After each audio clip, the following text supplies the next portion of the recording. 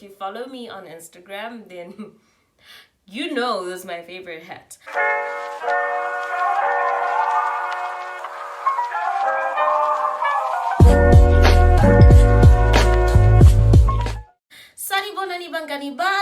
Welcome to another Wednesday chat video. If you are coming across my channel for the very first time, my name is Adulthood. I really hope you will love it here.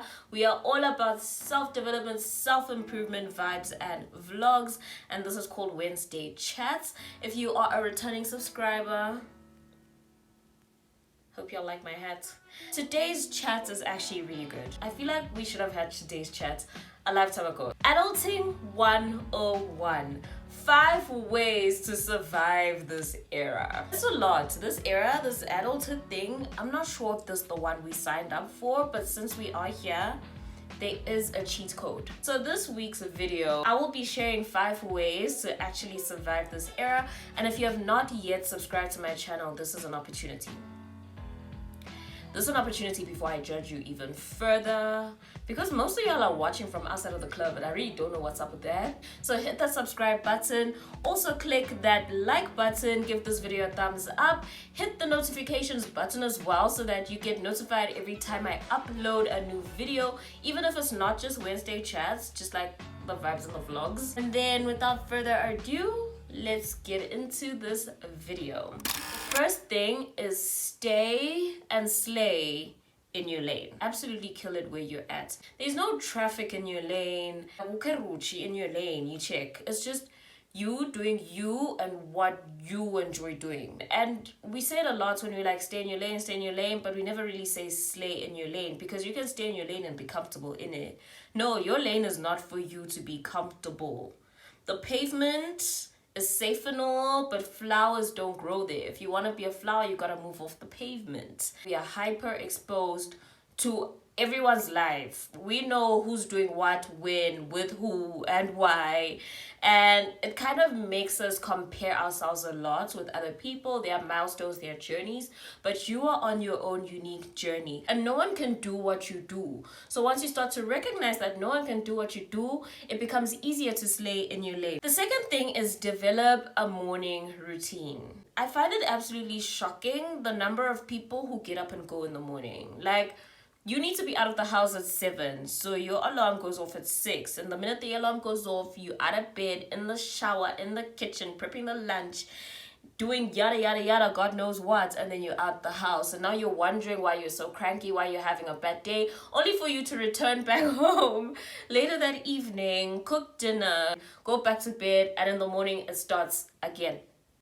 The most successful people invest in their mornings, and when you invest in your morning, it has a positive effect on the rest of your day. I have shared a video on my Instagram before about my morning routine. I also do have the same video here on my YouTube about my morning routine. So if you do want to watch that video, there is a link in the description box. So the rule of thumb when it comes to morning routines is to do something, one, you enjoy, do something that pours back into you, and do something that is very nourishing for your soul and spirituality. It's sort of a nice little routine that eases you into your day. And if you can just get the handle on that morning routine, I'm telling you, it elevates your days like crazy. So number 1, just to recap, stay and slay in your lane. Number 2, develop a morning routine. Number 3, invest in yourself.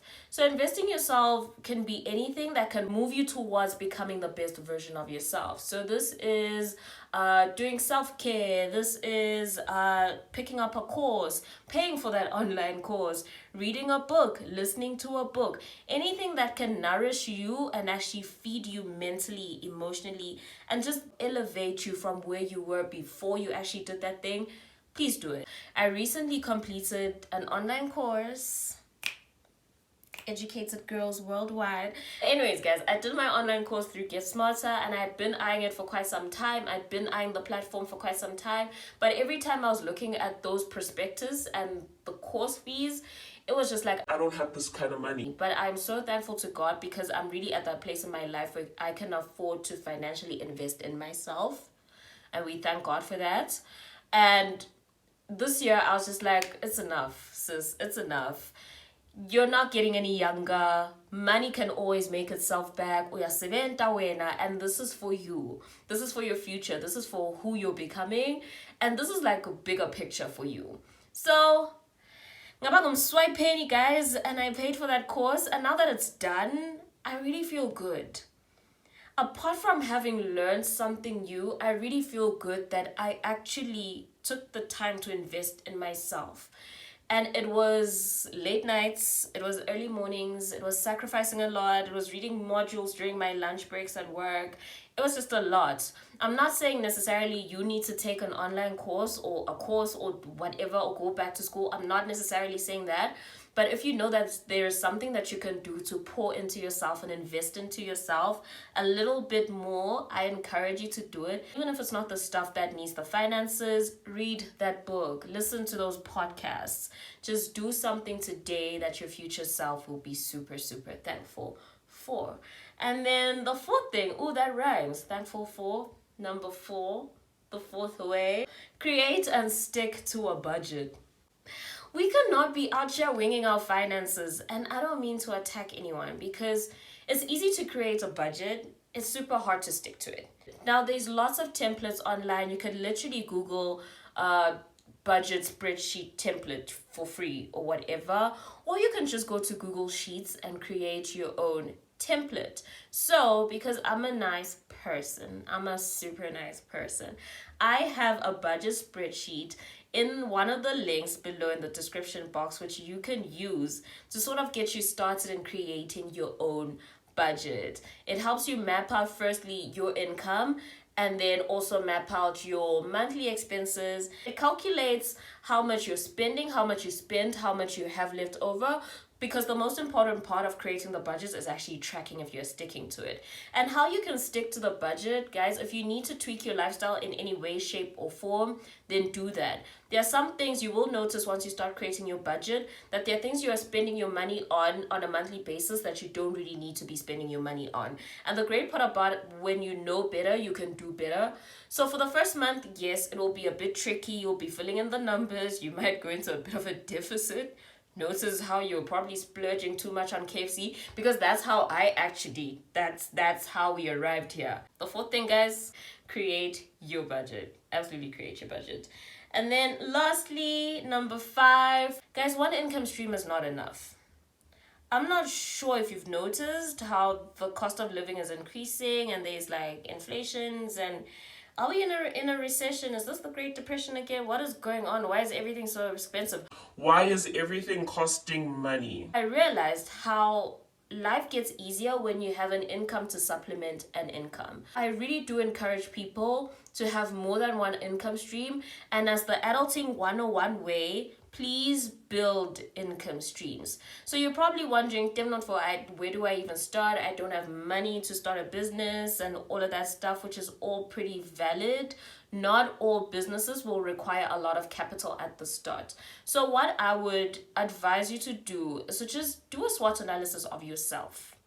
What are your strengths? What are your weaknesses? What are the possible opportunities and then the possible threats? That will help you map out the areas in which you could monetize. You could literally monetize anything. Find that people are always complimenting you for how good your baking is.